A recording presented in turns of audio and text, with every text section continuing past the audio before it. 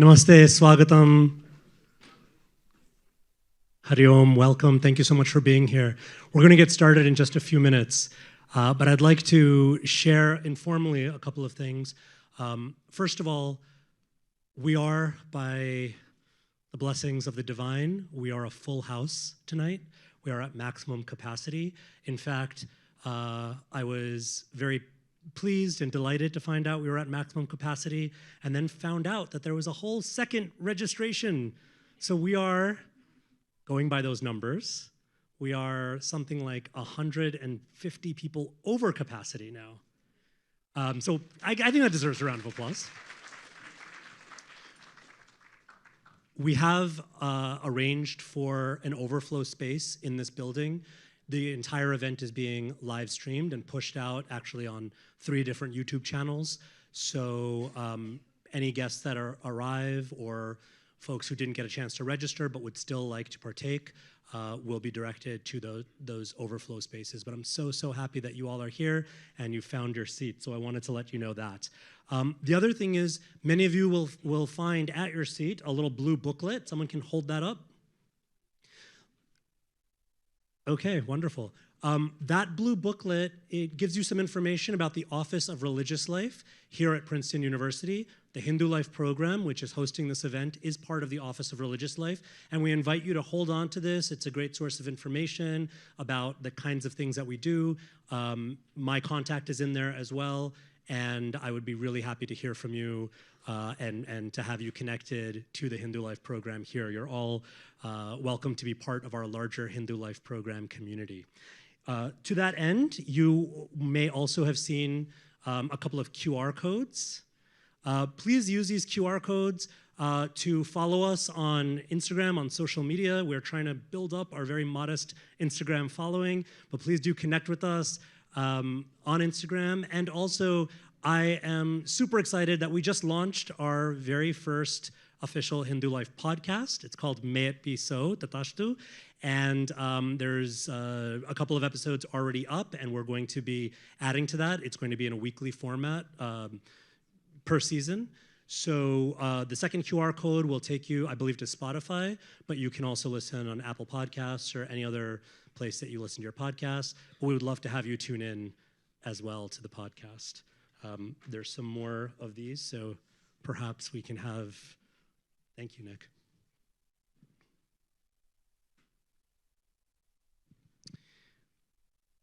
Okay, and with that, let me begin with a few formal remarks before turning it over to our illustrious speakers.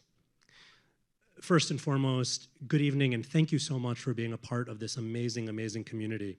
My name is Dr. Vineeth Chander, and I serve as one of the deans in the Office of Religious Life, the university's Hindu chaplain, and the director of the university's Hindu Life program. The Hindu Life program at Princeton, as some of you know, is the nation's first and longest running full-time university program dedicated to Hindu belief and practice. This evening, we are honored to host this special exploration of the relevance of spirituality in the modern world. No matter how hard we try to avoid it or distract ourselves from it, the undeniable reality is that the world today is far from the peaceful utopia that past generations may have dreamt it would be by the year 2025. Progress has advanced us in many ways, and yet we still find ourselves surrounded by warfare, strife, injustice, poverty, and what may amount to a full-blown ecological crisis. Senseless violence, terrorism, barbaric mass killings seem to have become the norm rather than the exception. Case in point, we are still reeling from the very recent news of a terrorist attack in Kashmir, in which tourists, and it appears from the little information that we have that Hindus in particular seem to have been targeted by the gunmen. And our hearts, prayers, and anguish go out to the victims and their families. And just as the world outside seems to be in turmoil, the world of our own minds can sometimes be just as tumultuous. Mental illness, emotional health struggles are soaring, especially among young adults. Our former Surgeon General has labeled us as being in the midst of a loneliness epidemic. And campuses like Princeton's are not immune to this trend. If anything, some may argue we're actually leading this trend. In the face of such a bleak picture that I'm painting, the Dharma traditions offer a rather radical proposal: spirituality. I'm reminded of a cartoon that I saw several years ago.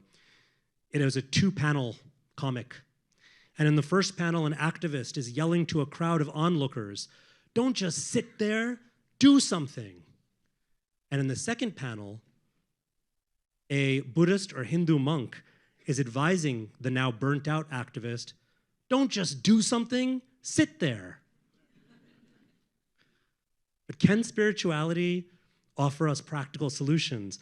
Can turning within have the power to affect real change? Can it help to bring about a more just and sustainable world and bring healing relief to our mental health crisis?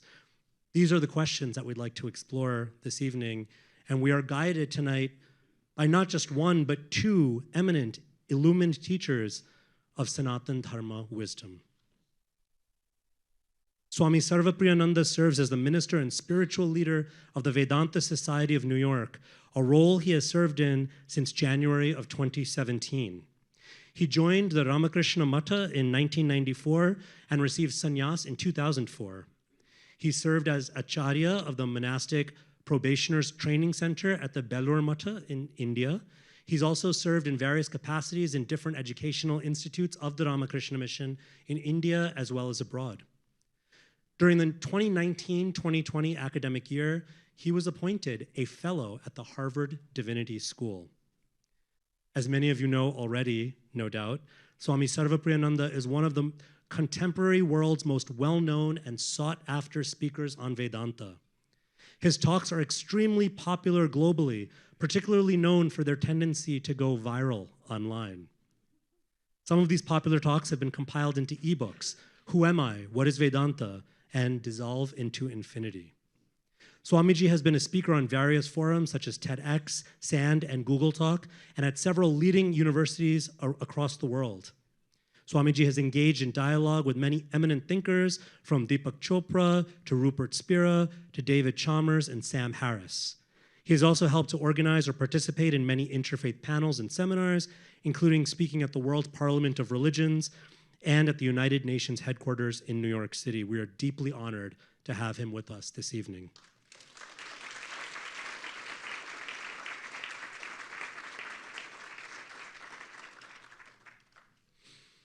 We are also joined tonight by Sadhvi Bhagawati Saraswati. Known affectionately the world over as Sadhviji, she is a renowned spiritual leader, motivational speaker, and author based in Rishikesh, India. In her #1 best-selling memoir, Hollywood to the Himalayas, A Journey of Healing and Transformation, Sadhviji recounts her inspiring journey from growing up in a Jewish-American family in Los Angeles and pursuing a PhD at Stanford to finding her calling, her Swadharma, on the banks of the sacred Ganga River in the lap of the Himalayas as a Hindu monastic. For almost 3 decades, from her base at the renowned Paramarth Niketan ashram in Rishikesh, Sadhviji has been overseeing a variety of humanitarian and spiritual projects, teaching meditation, delivering lectures, writing, counseling individuals and families, and serving as a unique female voice of spiritual leadership throughout India and the world. As if that wasn't enough, in her spare time, as if she had any, she also happened to serve as the managing editor of an 11-volume encyclopedia of Hinduism. Sadhviji is no stranger to spiritual activism. She is the Secretary General of the Global Interfaith Wash Alliance, an international interfaith organization dedicated to clean water, sanitation, and hygiene. She has served as president of the Divine Shakti Foundation that runs free schools and vocational training programs. She is the director of the world-famous International Yoga Festival at Paramarth Niketan and is co-president of Religions for Peace, as well as serving on the United Nations Advisory Council on Religion. She has been invited to share wisdom at some of the world's most high-level international conferences and summits, and has shared stages and platforms with luminaries including His Holiness the Dalai Lama, now King Charles of England, the UK, and heads of state in India, the UK, and around the world. Sadhviji has received numerous national and international awards and recognition for her work. And most recently, she was awarded a Lifetime Achievement Award by US President Joseph Biden for her lifelong commitment to volunteer service. We are so honored to have her with us as well. Now, Swamiji and Sadhviji have spent a little bit of time together in the past, but as far as I'm aware, and they can correct me if I'm wrong, this is the first time that these two wonderful teachers have had the opportunity to co-convene and speak at an event like ours. Is that true? So, friends, we are all together. We are making history tonight. We're going to ask each of our illustrious speakers to share opening remarks on the topic, after which I will ask each of them a follow-up question based on their remarks. We will then open it up to a larger Q&A as time allows. Friends, would you now please join me in giving our dear special guest speakers and illustrious teachers, Swami Sarvapriyananda ji and Sadhvi Bhagawati Saraswati ji, a very warm Princeton University welcome.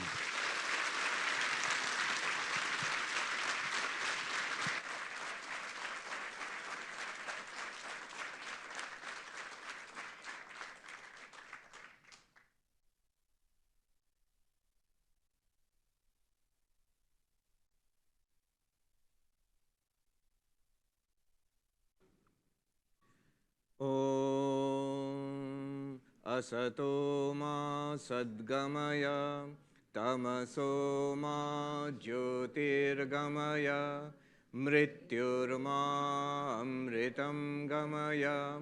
Om Shanti Shanti Shanti. Om, lead us from the unreal to the real, lead us from darkness unto light, lead us from death to immortality. Om, peace, peace, peace. Namaste and good evening. Sadhviji, Vineet, dear friends, it's a pleasure. It's so impressive to see all of you here and also in the overflow space. I think they are watching on a screen or something there. Yes, so namaste to all of you there also. I remember a few years ago I had an interesting experience. I was invited to a panel at the American Psychiatry Association. So they had a religion and psychiatrists panel. So I went there. It's called the APA. Now there are two APAs I discovered. One is the American Psychiatry Association, the other one is the American Psychology Association. And they have their headquarters close to each other in Washington, D.C., and they hate each other. Apparently, I didn't know this. So I went to the psychiatry, the correct APA, and it was a panel on one side of a long table with some of the most eminent psychiatrists in the country and some of the most powerful people in the APA, some of the leading psychiatrists from different medical institutions in the United States. On the other side were representatives of different religious organizations, mostly some churches. I was representing Hinduism, and there were some others also. And the subject was mental health crisis. I mean, it is a segue from where Vineet left off. Mental health crisis in the United States and in the world in general, which has become worse since the pandemic. And how can religion and psychiatry work together to help people? How can we combat this mental health crisis?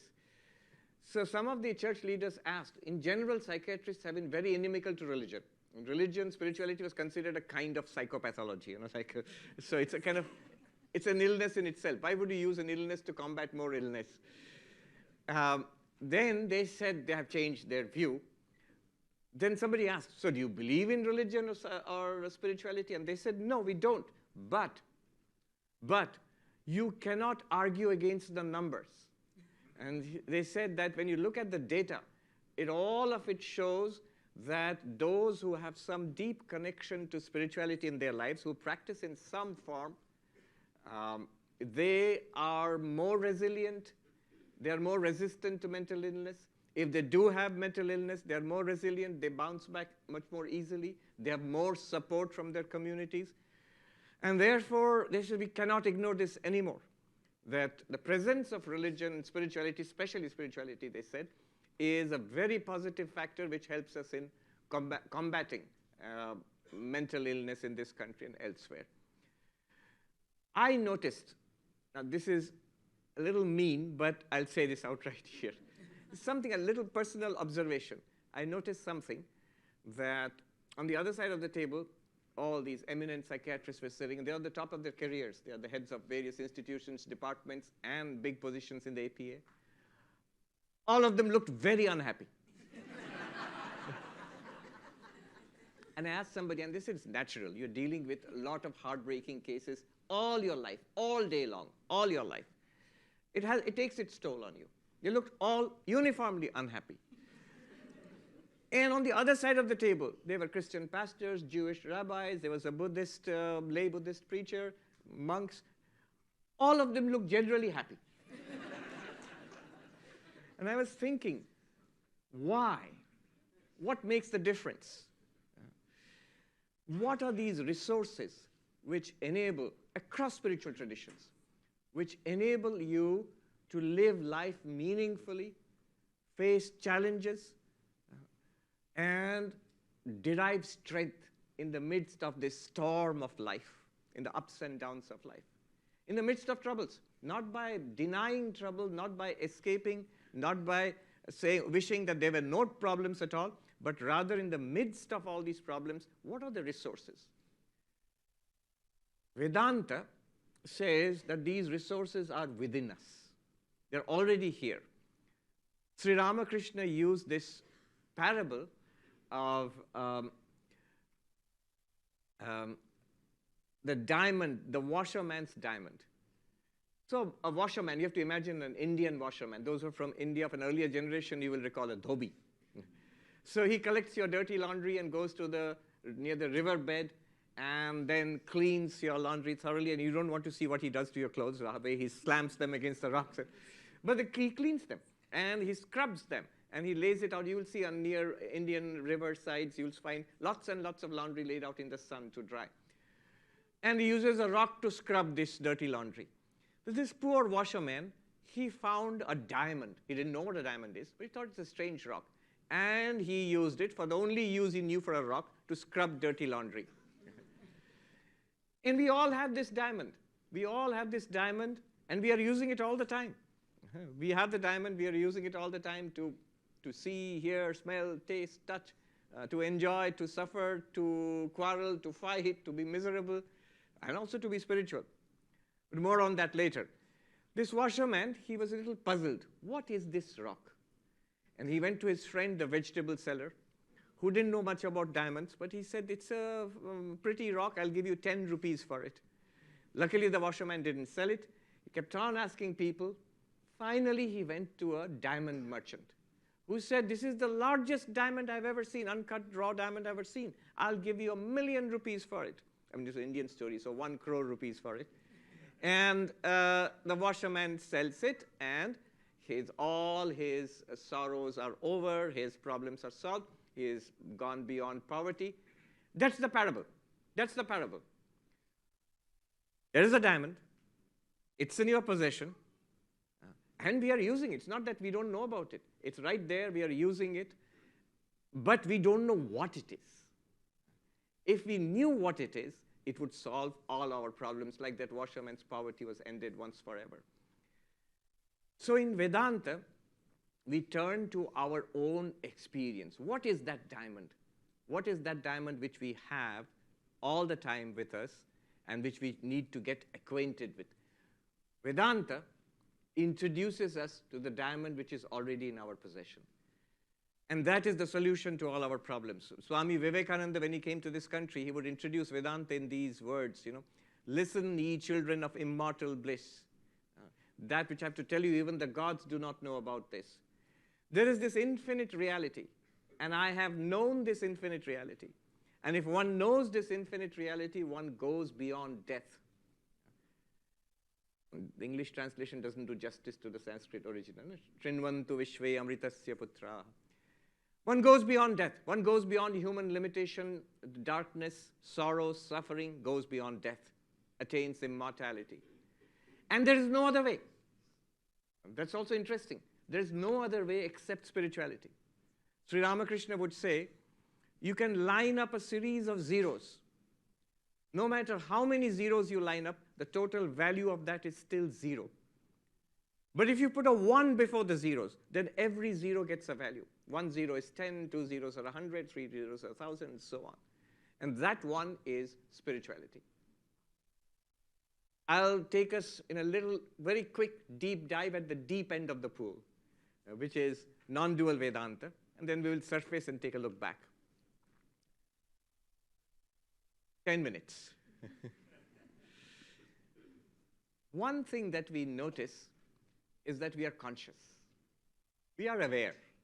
And that seems to be mundane, very much like the washerman's diamond. It's always there. Right now when we are seeing, we are all conscious. We are all aware. Nobody would deny that, unless you're out of it, in which case. You wouldn't deny that you're conscious. Everybody would say we are conscious, we are aware. Whatever we see, we are aware.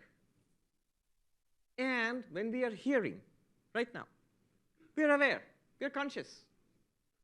And now notice, seeing and hearing are two different kinds of experiences. And yet, the consciousness behind them both, illuminating both, is the same. This is a simple fact, but it often escapes our notice. We have a series of experiences in life. In Sanskrit, this is called anubhava, experiences. And life is just this collection of experiences which we have all day. When we fall asleep, we have experiences of dreaming. In deep sleep also, Vedanta would say that's also a kind of experience. Our life is a series of experiences. And in and through all of these experiences is the light of consciousness. Call it consciousness, awareness. Take it in a very naive first-person sense. In all that we see, in all that we hear, in all that we smell, taste, touch, throughout our sensory experiences, we have consciousness. We are aware, we are conscious. Not only our sensory perceptions, but in our actions too. When I'm talking, there is consciousness. I testify to it. We testify. When you are sitting, when you are walking, when you are running, when you are cooking, when you are working on a computer, in all our activities, there's consciousness. And it's the same consciousness which lights up our perceptions. And then we go deeper inside. Our inner world of thoughts, feelings, memories. When you're thinking, you are conscious, very much so. When you feel, it may be a good feeling, it may be a miserable feeling, happiness, depression, anger, irritation, joy, peace, all of them are lit up by consciousness. Consciousness is constant in perceptions, in actions, and in our inner world of thoughts and emotions. Even the intellect which we are using right now to understand this stuff, its consciousness is there. When I say I don't get it, what are you saying? You're aware. When you say I get it, what you are saying, you're aware. In all our waking, when we fall asleep, this world disappears from us. A dream world comes in. But in our dreams too, an entirely different experience.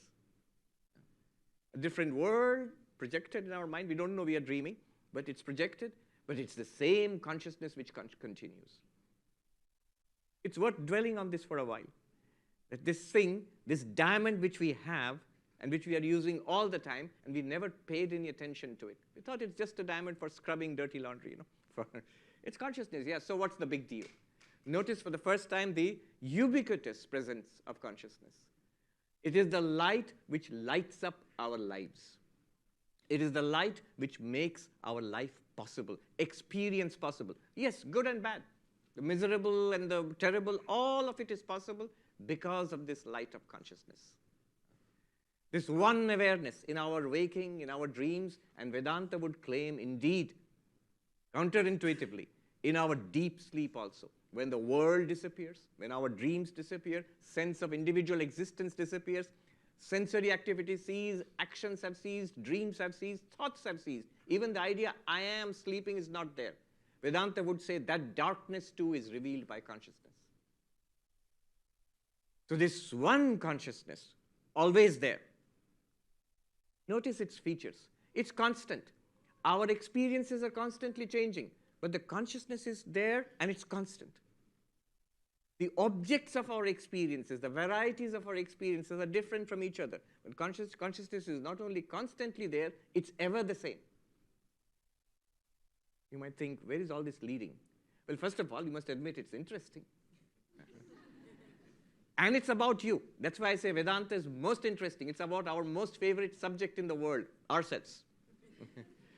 It's an investigation into ourselves. And the next interesting thing is this consciousness, ever present, constantly so, never changing. The objects of experience change. The thoughts and feelings change. The quality of our experiences changes. But the awareness in itself, consciousness in itself, the claim is it does not change. And therefore, not changing, very important, it is not affected by experience. Swami, have a cup of coffee, you will feel more conscious. Vedanta would say that more conscious and less conscious, that's the mind. You feel more alert, less alert. The more alert mind is illumined by the same consciousness. The less alert and sleepy mind is illumined by the same consciousness. Consciousness is not affected, not modified, not traumatized, not damaged, not mutilated by our experiences, not jaded by our experiences. That which is at the heart of our existence is not troubled, affected, changed, aged, diseased, depressed by our body-mind experiences. Yes, the body ages, the body gets diseased. The mind goes through ups and downs. It's very delicate. Emotions come and go. The consciousness is one constant, unchanging light. And the claim would be this, there's a lot of philosophical heavy lifting going on here, the hard problem of consciousness, a la David Chalmers and all of that.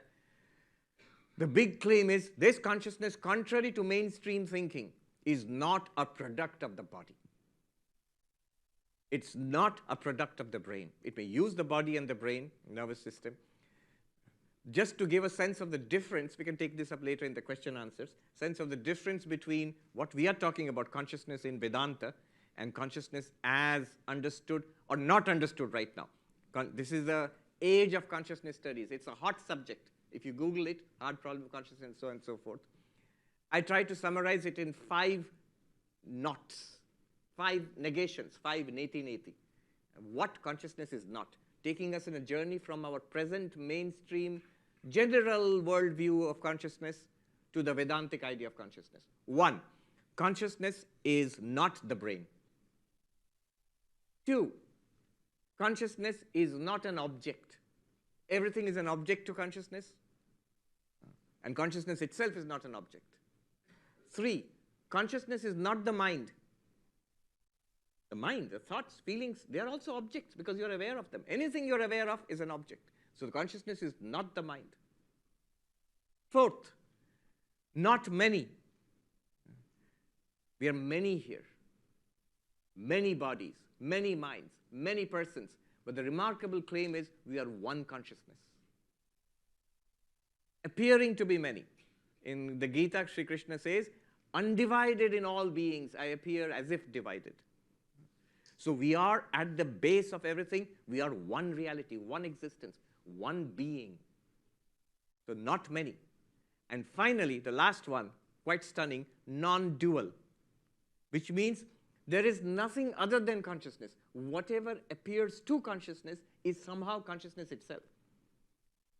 So 5 knots. Remember these 5 knots. Each of them, you can have an entire philosophy course at each level. Not brain. Consciousness is not brain. These are all claims. They're worth arguing over. Not brain. Not an object. Not mind. Not many. And non-dual. Just by the way, a little thing to ponder about. If you say non-dual, not two, That means there is nothing other than consciousness. All these things you just said, not brain, not object, not mind, not many, you are sort of reversing it. Do you see? Then what are those? What is the brain if it's not consciousness? Because you have just said there's nothing other than consciousness, not to. Then the brain must be in some sense related to and based, nothing other than consciousness. The objects too must be in some sense consciousness. The mind too must be in some sense consciousness. And what appears to be multiple consciousness must also obviously be that one same consciousness. So this is the Advaitic idea of consciousness. And the claim here is dramatic. We are already that. It's already there. You have the diamond. What Vedanta does is the diamond merchant introducing you to yourself. This is the deeper meaning of Sadhviji's book, Coming Home to Yourself. So it introduces you to yourself. Then all our poverty is removed. From that perspective, from that non-dual consciousness perspective, you are already immortal. You are already beyond the vicissitudes of life. You are beyond the ups and downs of the mind. You are even beyond birth and death. Already. And when you live life from that perspective, this is what is called a Jivan Mukta, living while free. This is, of course, supported by all the other spiritual disciplines. Swami Vivekananda spoke about what I just said is called Jnana Yoga, the way of knowledge, way of spiritual philosophical investigation. But this has to be supported. It's not as easy as I just made it out to be. It has to be supported by the other yogas, which is Karma Yoga, which is Dhyana or Raja Yoga, meditation, the way of service, the way of meditation, and Bhakti Yoga, the way of love or devotion. They are all, Vivekananda said, they are all paths of liberation and enlightenment and freedom in themselves. And it's even more powerful when you combine all four: knowledge, love, service, and meditation. Somebody said, can you summarize these yogas, 4 yogas? I'll end with this. Can you summarize these 4 yogas without the God talk? Can you make it as secular as possible? Not to my taste, but anyway, I can do that. Karma Yoga is selfless, not selfish. That is Karma Yoga. Raja Yoga, meditation, it is concentration, not distraction. And see in this day and age how important that is. Bhakti Yoga is love, not desire. And Jnana Yoga, the way of knowledge, is the knowledge of the self, not just knowledge of the other. Thank you very much. Thank you.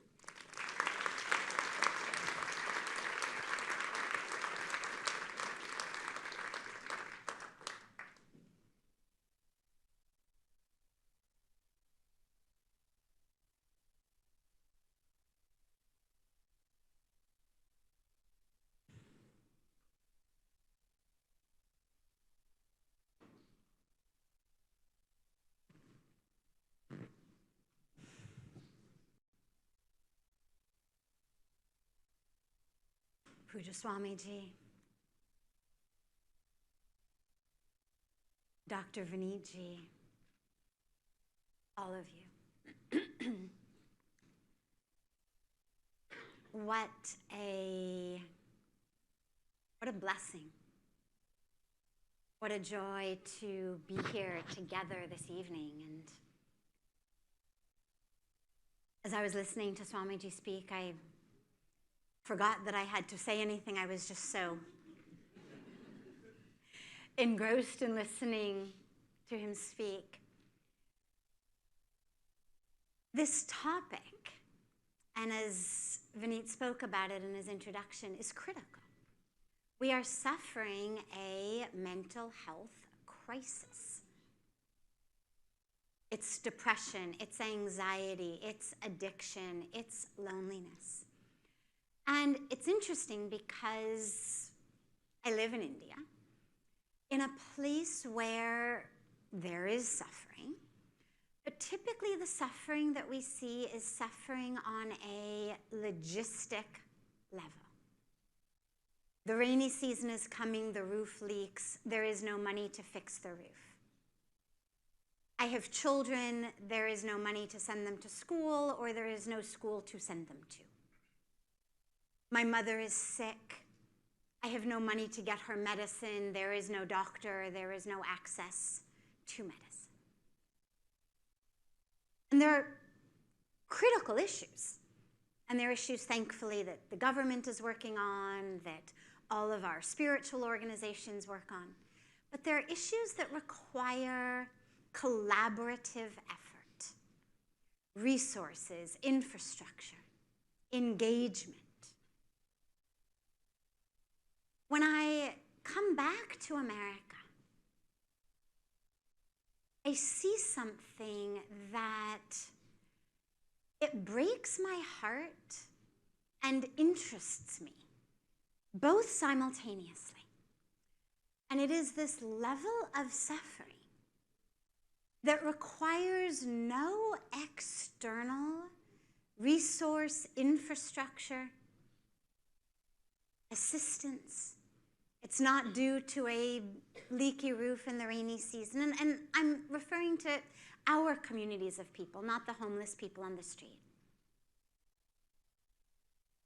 Because as Swamiji said so beautifully, yeah, the heads of all of these institutions, and it's not only true in the American Psychiatric Association, it's true on the airplane we flew in today from the Bahamas. It's true in the airports. It's true as you pull into a parking space. It's true in the grocery stores. It's true in our schools, in our universities, in our homes. People are suffering. And we're suffering, though, from something that requires only a shift in how we think, a shift in how we understand. The suffering breaks my heart, but the ease with which, or rather the simplicity, it's not easy, but it is simple. The simplicity with which the suffering can be ended excites me. I was reading an article last time when I was here in America about a family, and the wife was a big Instagram influencer. They lived actually, I think, New York, Long Island. I mean, it was nearby. She was a big influencer, big home, and here I'm at this party today. Here I went clothes shopping at this store. Here I'm wearing this. Here I'm swimming in this pool. And had all kinds of followers of her fancy lifestyle. Here are my beautiful children. Here are what the children are wearing. Here's etc. The husband was in real estate. There would be also lots of family pictures, happy family. Here we are in front of our fancy car, our fancy house, our swimming pool. So they seem to be just like any well-to-do influencer type of family, except the reason it was this big article and the reason that it got sent to me and caught my eye and I read it is what happened was, it turned out the husband's real estate business was not actually going nearly as well as everybody thought. He was borrowing money, using the money that he was borrowing to pay off other loans, engaged in one of these very, very difficult financial situations, trying to sell off properties, not getting as much as he needed to get for them. And he was losing money, realized he was not going to be able to sustain the house they were in. He wasn't at a level of not being able to feed his family. It was just they were going to have to move from, a mansion to a condo and get rid of some of the cars. There was a family trip planned to Europe. At the last minute, he begged out, claiming some work, something or other. The wife and the kids go off to Europe. And while they're gone, he commits suicide. True story.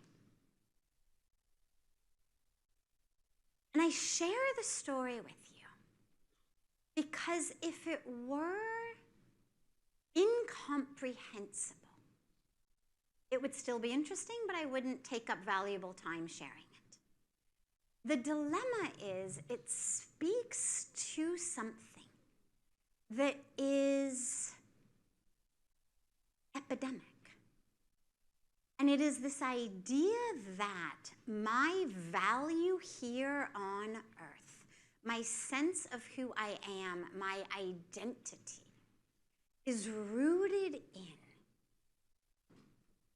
the money I make, the car I drive, the house I have, and we each have our own thing. It's not that every one of us is necessarily attached to all of those. But most of us have at least one aspect of that. It could be our job, it could be a relationship, it could be our physical looks, that we identify very deeply with as this is who I am. This is the value of me as a human being here on planet Earth. And when that gets threatened, as by nature, the nature of nature, it will. The nature of nature is change, whether it is the stock market or your physical body or your relationships. You know, one of the things that people come and ask in satsang about a lot is, I'm so worried. I'm so worried that something's going to happen to my parents. My parents are going to get sick. My parents are going to die. And I always say, that's actually what you should pray for. Not that it happens tomorrow, but because the only alternative is that you die first. I mean, either you're going to lose your parents or your parents are going to lose you. There's no alternative. The nature of nature is change. And I think we could all agree that as devastating and difficult as it is to lose one's parents, nonetheless, we understand that this is how nature moves, and it's a lot less devastating than for parents to lose a child, which unequivocally is an unspeakable tragedy. So the nature of nature is change. It's going to go up, it's going to go down. We gain it, we lose it. If not today, if not tomorrow, next week, next year. But it's that attachment that keeps us stuck. I just arrived today back from the Bahamas, where I spent the last few days having a beautiful opportunity to share and to teach at a retreat center there. And it's right on the ocean. And as I was saying there, you know, it's so interesting because most of us look at the ocean from the outside. Ah, beautiful ocean. So many different colors. But if you put on a snorkel mask and you go just half an inch below the surface, a whole new world opens up. A world of life, a world of colors, a world of excitement. And then you go scuba diving. I've never been, but I have a lot of friends who do it, who every one of them swears that once you've scuba dived, snorkeling is nothing compared to scuba diving. As we look at the ocean from the outside, we seem very content to believe this is the ocean, this is the beauty of the ocean. We don't see a need to go deeper. In life, I've had a lot of people say, you know, I like the excitement of life. Like, why do I need to meditate? Why do I need to become spiritual? I don't want to lose the excitement of life. And what spirituality does, I liken it to the scuba diving. It doesn't take you out of the water. It actually makes it so much more beautiful, exciting, alive, vibrant, because you dive deep. So, in just a few minutes, let me give you just a couple. 1, 2, we'll see what I have time for in a few minutes. Teachings that for me in my life have made a huge difference of how that spiritual way of thinking, how you can shift basically from being on the unhappy side of the table to the happy side of the table, And although for me, yes, it came from moving physically from LA to India, from taking vows of monastic renunciation, I'm sure that Swamiji would agree, you don't have to become the monk, the nun, the lama, the priest in order to access this. And the first is what I refer to as the mindset shift from Hollywood to the Himalayas. Now, that is, as Vineet said, the title of my memoir, but I mention it here not because of the physical journey that I took, but because of that mindset shift from suffering to an end of suffering. The Hollywood way of thinking, which is not tragically only in Hollywood, it is now pervasive almost everywhere in the world, is that teaching that you are the body. The size, the shape, the color, the story, the bank account, etc. And we suffer. We suffer a sense of lack, of not enoughness. We suffer jealousy. We suffer competition. We suffer lust. We suffer greed. We suffer anger. That which happened to us. We hold on to grudges. We suffer stress about what's going to happen to us, to our money, to our house, to our loved ones in the future. The Himalayan way of thinking means the spiritual way of thinking, wherever you are, says, as Puja Swamiji said so beautifully, you have a body, you are not the body. You are soul, you are consciousness, you are divinity. And it doesn't mean ignore the body.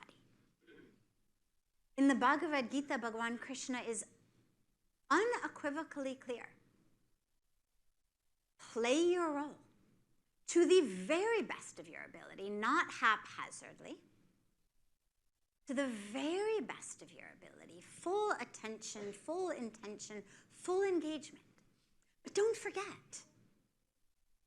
Don't forget that you are the one playing the role, not the role itself. And if you think that that is impossible, people sometimes say, oh, no can do. Well, then think about the real Hollywood or Bollywood or Tollywood or whatever you follow, where every day actors and actresses play roles. In TV shows, in movies, on the theater or near Broadway, off Broadway.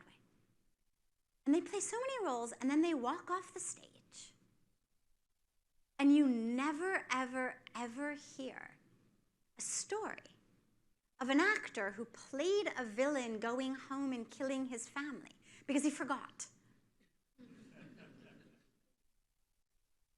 Right, or killing the director or the producer or the cameraman or the guy, selling hot dogs in the corner because he forgot. Because it took him some time to remember. The minute the director says, cut, it's over. He never forgot.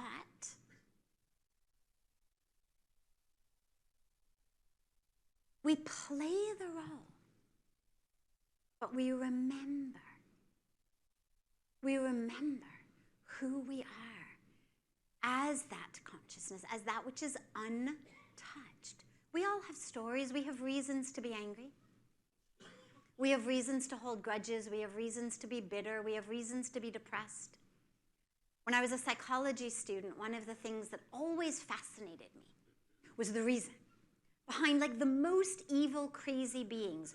Why would Charles Manson say he did what he did? I mean, take those who we could all agree were absolutely crazy by whatever definition you would give. They never said I did what I did because I'm crazy. They always had a reason. They always had an answer. There was some way that their brain worked that made what they did make sense. In the same way, the depression we hold on to, the addiction we hold on to, the stories we hold on to, the anger we hold on to, it makes sense to us. But remember, just because it makes sense to you doesn't mean it's right. Think about those crazy mass murderers and what makes sense to them. And realize that just because your brain has figured out a way to explain it to you doesn't mean it's true. So we remember, we shift from that Hollywood way of thinking to the Himalayan way of thinking of doing the role. But set up throughout your day ways of remembering, kind of metaphoric cuts by the director. A moment of prayer before you eat or drink something, a moment before you turn the key in an ignition or check your inbox or whatever you do. Just a moment of remembering. Another one that is my favorite, and I'll probably end here, is most of us live, I think about it like a cup.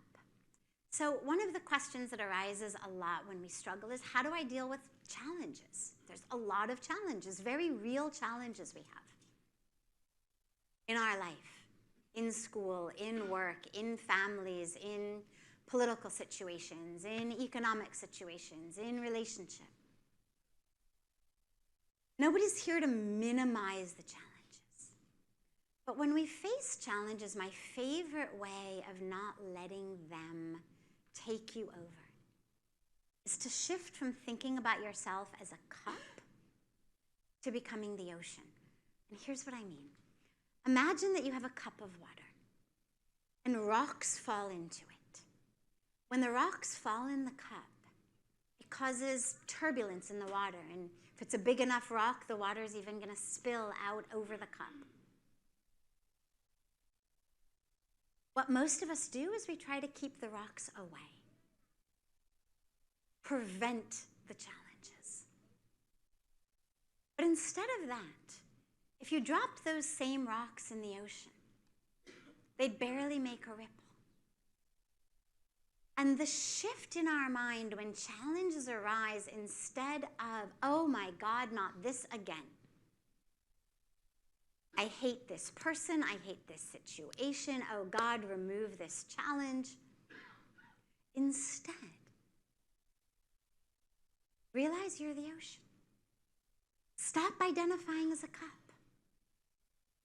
Realize that who you are is not so small, is not so fragile, is not so finitely defined by how you thought you needed things to be. An anchor in your oceanness. Again, soul, consciousness, however you think of it, one with the divine. And just lastly, in one line, for me, a huge shift has been a shift in asking ourselves, what for me to what through me? The what for me question kills us. Kills us. What's in it for me? I do so much. What am I going to get back? The 50-50 situation. Where's the give and take? It's not fair. It kills us. Instead, we speak in Sanskrit about nimit, being an instrument. Nimit matrambhav, that feeling of being an instrument. St. Francis of Assisi says, "O Lord, make me an instrument of your mercy, of your grace." And let that focus shift from what for me to what through me. How can I be an instrument? How can I be a channel? How can I be a vehicle, a vessel for peace? Otherwise, you end up with lots of people trying to bring peace who themselves are angry. We ask to be a channel. And in that channel, we become the first beneficiaries of that grace. But then we have a blessing to share.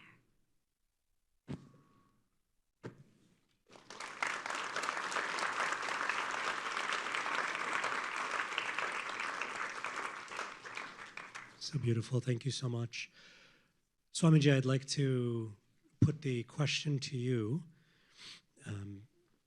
building on Sadhviji's imagery of remembering that we are not the small cup of water, but the vast ocean.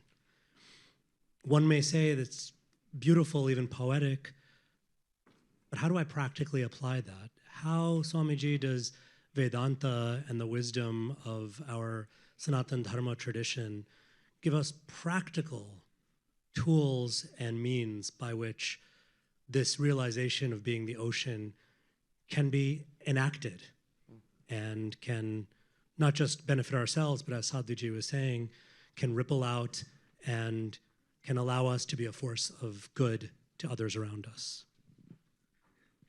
Yes, sometimes, when we talk about Vedanta and yoga, and people will say, oh, that's all very beautiful. Tell us something practical. Not realizing, to me, these are the most practical things possible. I remember this young man came to our monastery and became a monk, and he learned about Atman and Brahman and pure consciousness and the philosophies of Vedanta and Nyaya. He kept saying, good. He was from America. So he's saying, good, good. And one day, we were learning puja. And a part of the puja is the pranayama, the control of the breath. So you stop this nostril, breathe in through this one, and then hold the breath for this count and release to the other side, and then breathe in again. And this young man goes, wow, this is what I was here for. But yes, all throughout Hinduism, from top to bottom, or from bottom up to the top, it's all one spectrum. Rituals, pujas. One of our great Vedantic Swamis, Ashokanandaji in San Francisco, he said, ritual is concrete philosophy. What you study in Vedanta, what you study in your texts about pure consciousness, the self, and the puja that you do, they're the same thing actually. They are extensions of that thing into the physical. So yes, practical. First, the inner shift. I think for me, the two takeaways, unforgettable imagery, like you said, the cup and the ocean. And the ocean and the snorkeling and the scuba diving, I think we'll all remember that forever from now on. Thank you to Sadhviji. Yes. So practical, many, many things is to embody it. Therefore, if you come down to brass tacks, a routine is helpful. Some principles are helpful. Like, for example, Vivekananda says that unselfishness is more paying. It just takes some maturity to understand that. It's counterintuitive, right? That we think, I'll be happy if I work for me, myself. But over time, we begin to understand I'm actually happier working for others. I don't lose anything. I gain much more, and I'm much more at peace. Notice one thing. The one thing that you will never regret in your life, none of us ever will, is the least thing that we do for others. That we'll never regret till the end of our days. What we do for ourselves, we either forget or we regret. But what we do for others, we don't forget. Or we don't regret it at least, never. So unselfishness it's very practical. The more we begin to serve. So instead of thinking, what's in it for me, what can I do for you? That's my attitude. A daily routine is very helpful. If you have time for regular study, time for regular meditation, time for some service where you're not getting anything back from others, time for a little ritual, time for a devotional practice. So all of these are routine with the components of service, meditation, devotion, and in self-inquiry. This is a very practical thing, I think.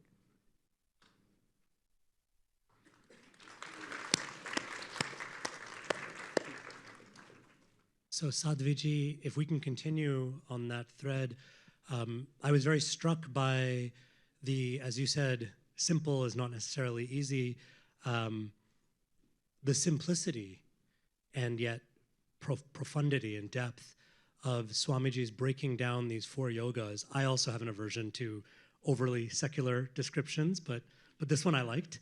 But the breaking down the four yogas into this these shifts from selfishness to selflessness, from distraction to concentration, from desire to love, and from the Other knowledge to the other knowledge to knowledge of the self, to the external, from the external to the internal. Would you please help us in a similar vein flush those out, and how have those, if I can ask a bit of a personal question, how have you experienced those in your own sadhana and your own spiritual practice? Yeah, I feel like what Swamiji said was so clear and so easy to take in, understand, and then implement. I'm happy to share how I've experienced these, because when I came to India at 25 with a backpack, I knew nothing about Sanatan Dharma at all, zero. In fact, just to emphasize how true that really is, when I first met my guru, Puja Swami Chidananda Saraswati Ji Maharaj, he was sitting where he would give darshan underneath a painting of Bhagwan Krishna. And it was a beautiful painting of Bhagwan Krishna, and Krishna's hair is flowing, and he's in his traditional pose on one leg with his flute, and beneath it, Puja Swamiji sitting, and he has long hair, and it's flowing, and he has a beard. And I thought it was a painting of him prior to the beard. And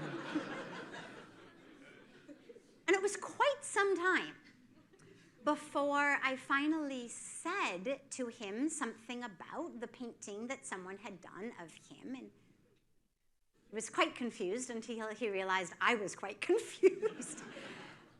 In any case, the point being that I came to India.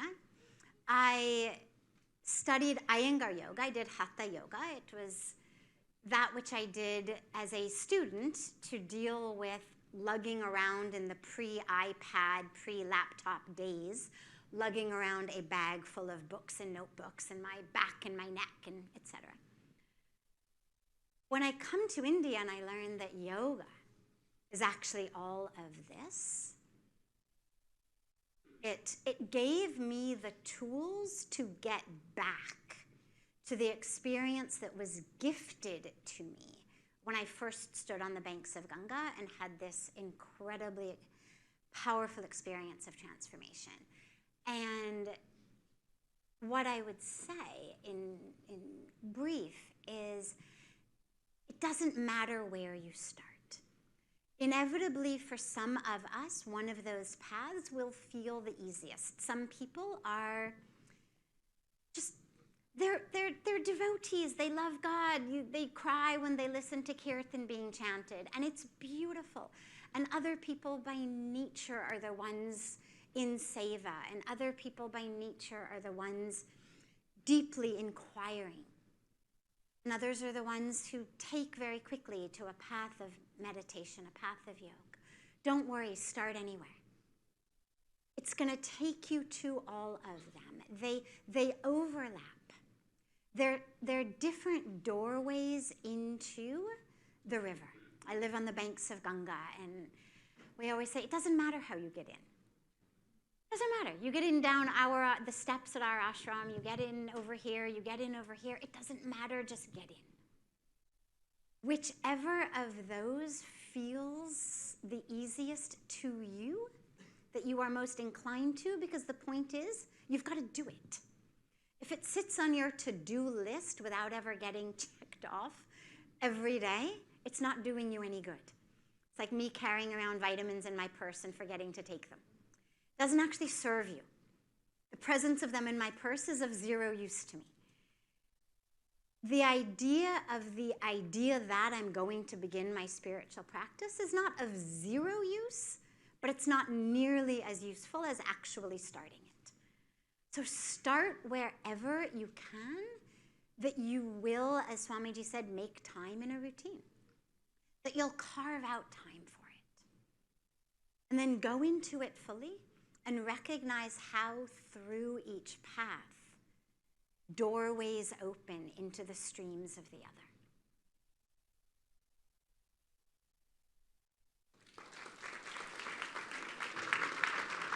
Thank you so much. give one more round of applause for both of our wonderful teachers.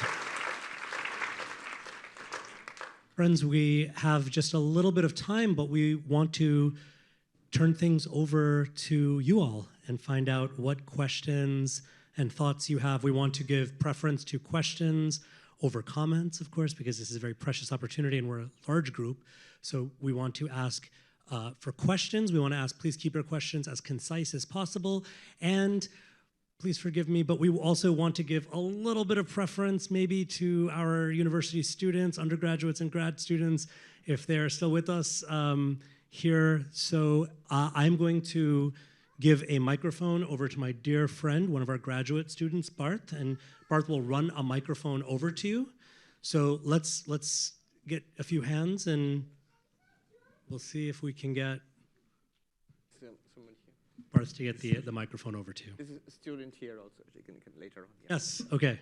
Maybe let's start down here, actually. Sorry, Barth needs to get his steps in, so we have to keep him busy.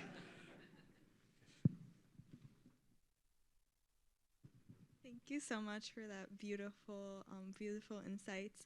I'm curious, as you're walking the spiritual path, a lot of times it's a solo journey. Have there ever been times when you felt that like you're the only one on this path, and how do you like deal with that and evoke that strength? Go first. Not so much ever since I became a monk, because it's obviously a monastery and there's always a community of other practitioners. Even though I'm right now where I am in the Vedanta Society of New York, I'm the only monk, but then there's always a community of people around you who are spiritual seekers, spiritual practitioners. But you're right. When I was a student, I was always interested, even since my childhood. And then it did feel lonely, because not many other kids, my friends, not many of them were interested. I was a little shy and a little bit introverted, so I would keep it to myself. I think that helps too. Otherwise, you get scrutinized or made fun of by others. Doesn't matter. It is beneficial for me. I love it, and I'm not going to do without it. So stick to it. Yes. Find others who are of similar temperament. Nowadays, it's easier with all the online stuff going on, so you can connect with others.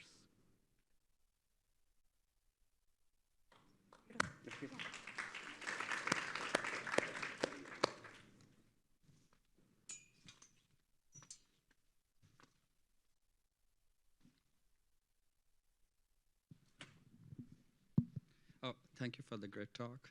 I wish I could just sit with you all and chat for hours, but it's a small question. So you said that love is not desire. So what is love? I'm always very confused.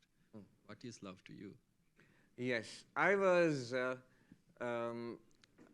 trying to summarize Bhakti Yoga without talking about God. So it's a difficult challenge. Bhakti Yoga is love for God. But the insight is crucial. Swami Vivekananda says, he defines bhakti, he says when you take 100 or 1,000 different desires flowing out into the world, you take it and focus it into one almighty love for God. Then it becomes bhakti. Yeah. So that's what I meant by love, not desire. Often desire is very self-centered in the sense that what's in it for me? It's for my pleasure, for my gratification, and that's how desire functions. But love, to be genuine love, it must be other-centered.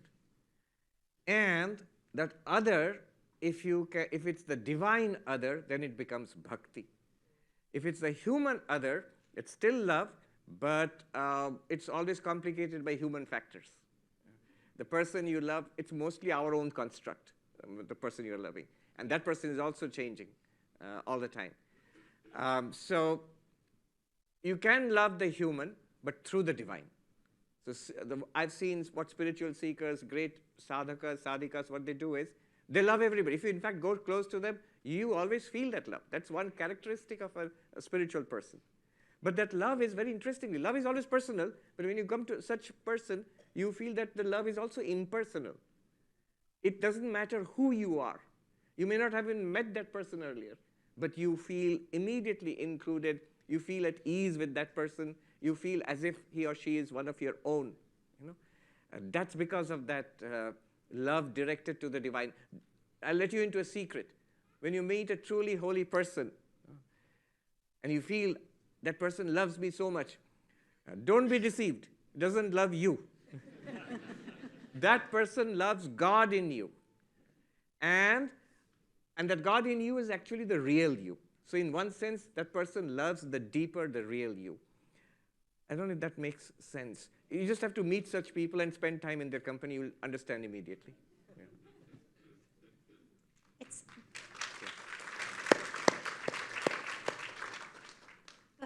before we go on to another question, I just very quickly wanted to mention that you can also aim, even if your aim is not to become necessarily that incredibly holy being that Swamiji is talking about, aim to love like that.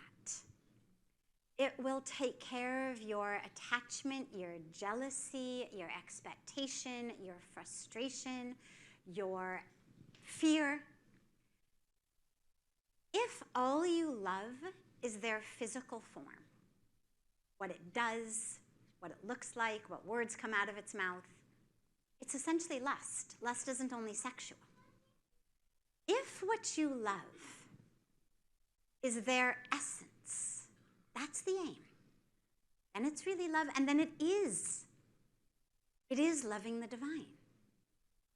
Their body keeps changing, their personality keeps changing, their moods keep changing, good mood, bad mood, angry mood, sleeping mood. They look good, they don't look good.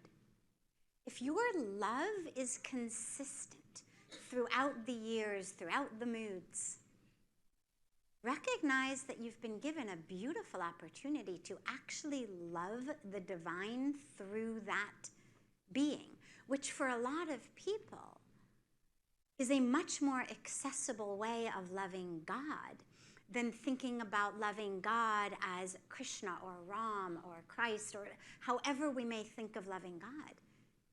So take it on as a bit of a personal practice. As you love people, just make sure that you can love their body too. You can love their personality too. But make sure that you're really loving that which doesn't change in them.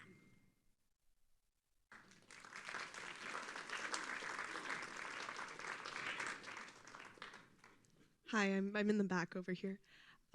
So I came in right when Sadhviji was talking about this ocean analogy with snorkeling and scuba diving. I think I've heard kind of similar analogies to this in the past, and I've recently started picking up on meditative practice myself. A question for both of you is, what does that feel like? What can I expect to feel? Because I'm not sure if I am breaking through the surface when I try to meditate. Go first, yeah. Do the practice without expectations. Not because you won't get it. You'll get there. But expectations generally tend to ruin our practice, in a sense, disturb us in our practice. You will feel, first of all, an expansion. You will feel peace, a peace that is not subject to external conditions. You know, how other people are treating you, how your personal health is, or how the circumstances, you know, financial or political circumstances, whatever. So your peace is not affected so much by external circumstances. It's not an all or nothing thing. It comes slowly. It is not that one day you are restless and next day you are zen, you know. No, it will come slowly. So an expansion. I'm not just this little being. I'm much bigger than this. My peace does not depend on you or him or her. It does not depend even on the health of this body. It does not depend on finances. So that's another thing. Another thing is you feel much more relaxed. You feel much more at ease. It's very interesting that monks I have seen who have technically given up the world. They've turned their back on the world. But they seem to be much more at ease in the world than other people are. So there's a saying in Sanskrit, Swadesho Bhuvanatrayam, which is my home. My home is the three words. The entire world is my home. And it's really true. There are such people who are at ease anywhere. A monk came visiting from India to our ashram. And somebody, a volunteer in the ashram, asked him, Swami, where is your ashram? And he said, why? This is my ashram. Here. What's the best place you are ever in? This place. Who are the best people you ever met? These people. What's the happiest time of your life? Now. So you're extremely at ease wherever you are, whomever you are with. These are some of the deep changes you find as your meditation practice matures. But don't expect it. Don't worry. These are manifestations of something you have already got, the diamond which is your own real self. Whether it manifests or it does not manifest, you have that diamond. You are that diamond. So you can relax. Start by relaxing. Yeah. There are two ways of being enlightened. Work your way from here to enlightenment. It's a hard and difficult road. That's one way. And we all start there. Or you can always think of yourself as already enlightened. Careful, it's dangerous. But in this circumstance, in this, how would an enlightened being behave? So I'm sitting and meditating. This is how I meditate. How would Vivekananda sit? How would Vivekananda's mind or the Buddha's mind, what would the Buddha's mind be like? What would Buddha's emotions be like? So sort of download it into yourself. That also works. What? It was for both of us, so she wants something. I really don't have anything to add. That was such a beautiful description of what it feels like and exactly what the challenges can be as you try to go in. One of the things that I frequently say is, the end of your got there stage of meditation is when the mind goes, oh, I'm here. That's the moment you're no longer there. So certainly think about your meditation, but not while you're meditating. Don't go in, as he said, expecting, but also don't be judging along the way, because all that's doing is pulling you back into the semantic mind, which is not where you want to be.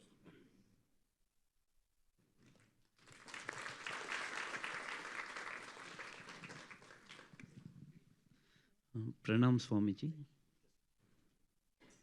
Yes. Me? Okay, Pranam Swamiji. First of all, thank you so much for your wonderful talks. I listen to them daily. It's awesome. Coming to the question, it's a two-part question. First part is, when I try to understand all these talks and try to implement them, I see that I go through a journey, I listen to them daily, I try to meditate, but at some point, there is a cutoff, there is a break, the daily life pulls me in, I'm drawn towards it, and I'm not able to continue my journey with the same vigor which I used to start with. So it's like a deeper problem. Maybe you can help me with. That's the first part. And the second part is it's in the mindset. So I was very, very excited about everything in life. And ever since I took like the Matrix blue pill, where I understood, not realized, but I understood that, okay, this all is not real. The reality is very deep. It's something that is within me or that is me. Everything seemed okay. If, for example, I go to a vacation, things doesn't work out, I'm absolutely fine. If it works out great, I'm absolutely fine. And if there's some problem at home, I'm absolutely fine. It's not that it's fine. So almost I get a feeling that other people are starting to feel that I've stopped caring. So that's a problem there. And then other thing is, in terms of ambition, yeah, if I get a raise, well and good. If I don't get, I'm absolutely fine. So I don't know if that's a good mindset to lead my life with, or should I come back to an excitement stage in a different way where I can live a more fulfilling life going forward, knowing that everything is Brahman kind of philosophy. So that's me. Yes. Answering the second part of it first. Actually, the two questions are related. How do I spiritualize my whole life and my attitude to life? Is it all right not to care so much, not to be upset? Is it all right to be calm in the midst of ups and downs? Perfectly, perfectly. However, Is it all right to feel, am I feeling depressed? Am I feeling no enthusiasm for life? That's not a good sign. In Vedanta, there is tamas, rajas, and sattva. So lack of enthusiasm, lack of energy, lack of motivation is a kind of tamasic state of the mind. A spiritual, one good way of answering your question is to look at people you consider to be truly spiritual. You know, someone like Vivekananda or whoever you admire spiritually. Do they seem bored or, I don't care about anything? Never. I'm enlightened, so it's so boring now. No. Never, never. In fact, I remember this person, a very great spiritual teacher. He was asked about his, he was always smiling and happy. What's your attitude to life? He said in the morning, what is the chappal, the sandals? So in the morning, when I get up, I see my sandals walking out of the room. I jump on them, and then and all day long, they take me for a ride around the land. Imagine the delight of that person, a childlike delight, but not really dependent on anything external. It's a joy coming from within. Now, practically, am I okay in life until I get to that state, Right now, where I am I okay in life if I don't seem to care too much? Two things, checkpoint. Am I able to do my work? And am I able to relate, to love or relate to other people? This is from Freud, of all people. He was asked, what is normalcy? What's a normal person? He said, very simple, the ability to work and the ability to love. If I can do my work, and if I can relate normally with other people, then it's all right. You need not overthink it. Pursue your spiritual path. Spiritualize the day.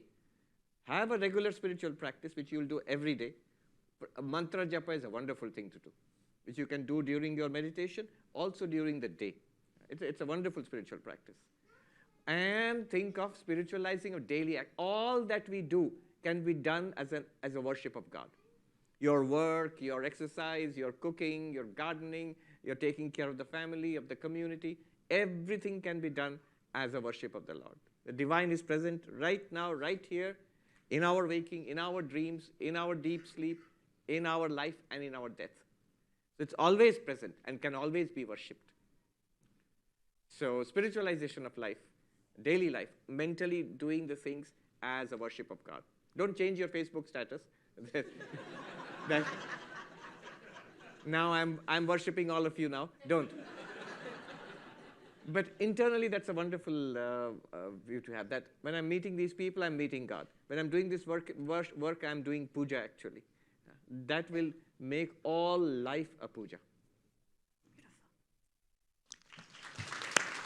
Yeah. Namaskar. Before we take your question, just one small addition regarding a point you made in the very beginning. Swamiji referred to Freud, and I wanted to just take a moment to look at a possibility of something that you spoke about when you said you're deeply on this path, and then it seems like you lose that zest. Now, some of it may be just run-of-the-mill human nature, run-of-the-mill laziness, run-of-the-mill difficulty in maintaining a habit of spiritual practice. But it also may be something that I find more interesting. There is a self-sabotage on the spiritual path that a lot of people go through. I know that I have gone through it as well, in which you get deeper and deeper. It becomes more and more a part of who you are. You watch your internal self start to blossom, change, expand, deepen.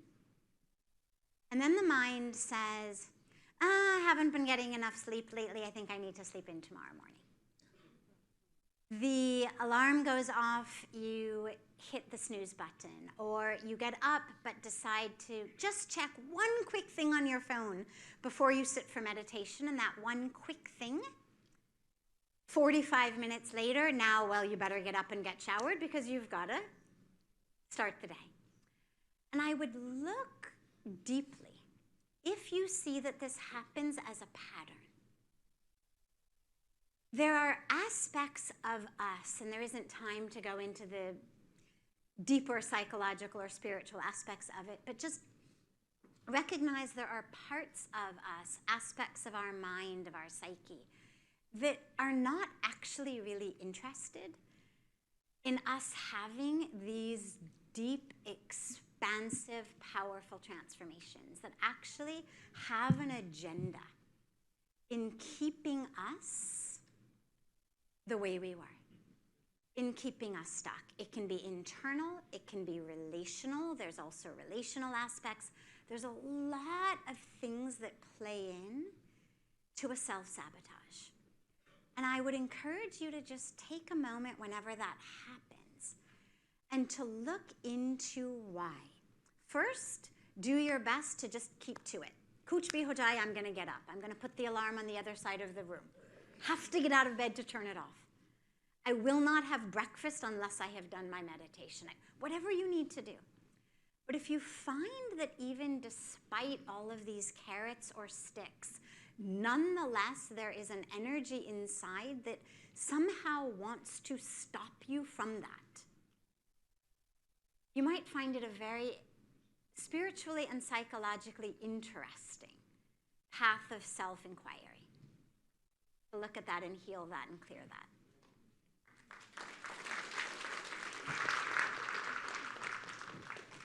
Namaskar. I like the parable of diamond, and I also understood that as per Vedanta, goal is to find diamond, or in other words, Aham Brahmasmi.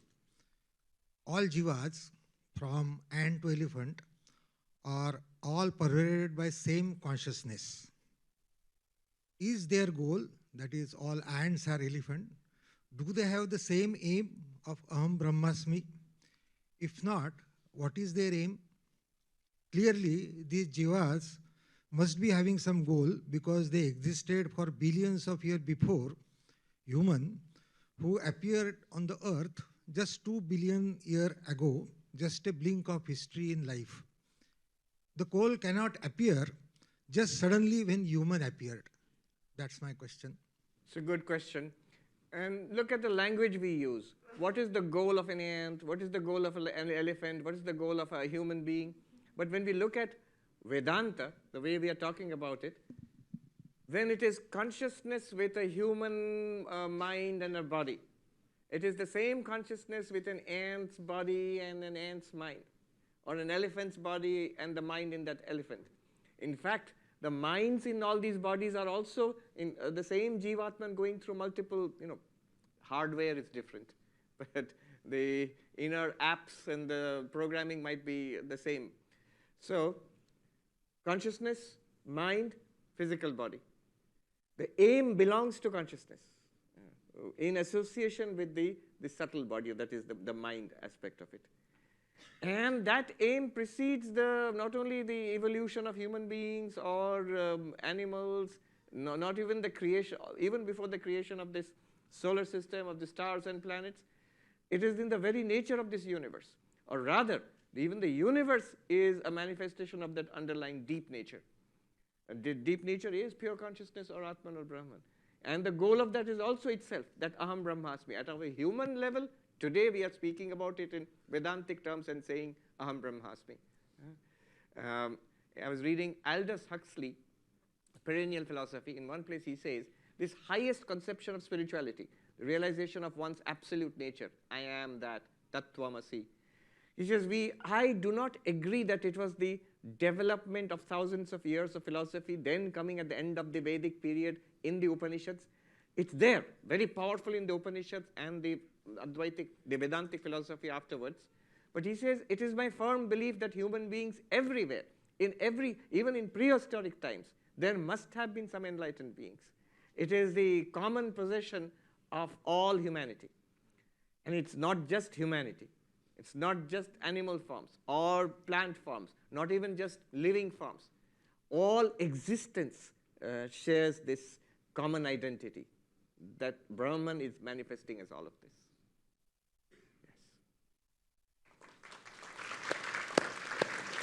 Yes. Sadhviji.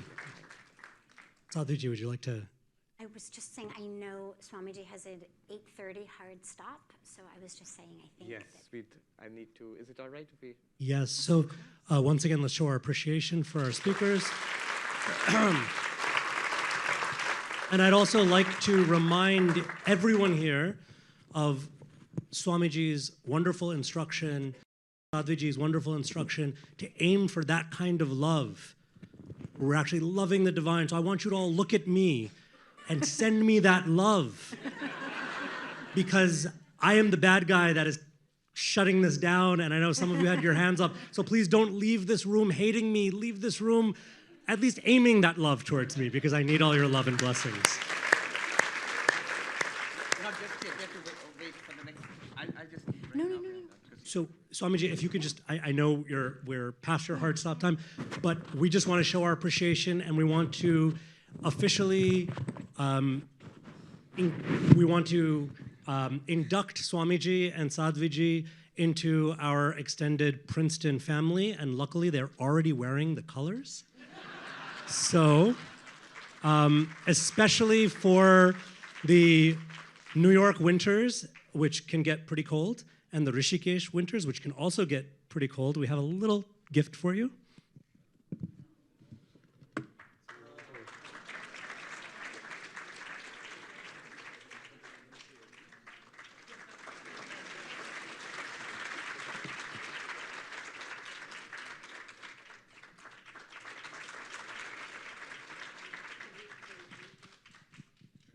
So yes, Swamiji does have another commitment, actually, and we're so grateful that even in the midst of such a packed schedule, he has made time to join us today. So again, showing our love and appreciation, and we're also going to allow him to get to his next destination, so please, if you would be so kind. We also are celebrating the release of Sadhviji's new hot-off-the-press book, so let's have a big round of applause. I know many of us had an opportunity to grab a copy, or you've already brought your copy, and Sadhviji has agreed so graciously to stay with us a little bit longer, and if you'd like to sign the book. So if you do have the book, you can come forward, and we will try to organize a system for her to sign the books.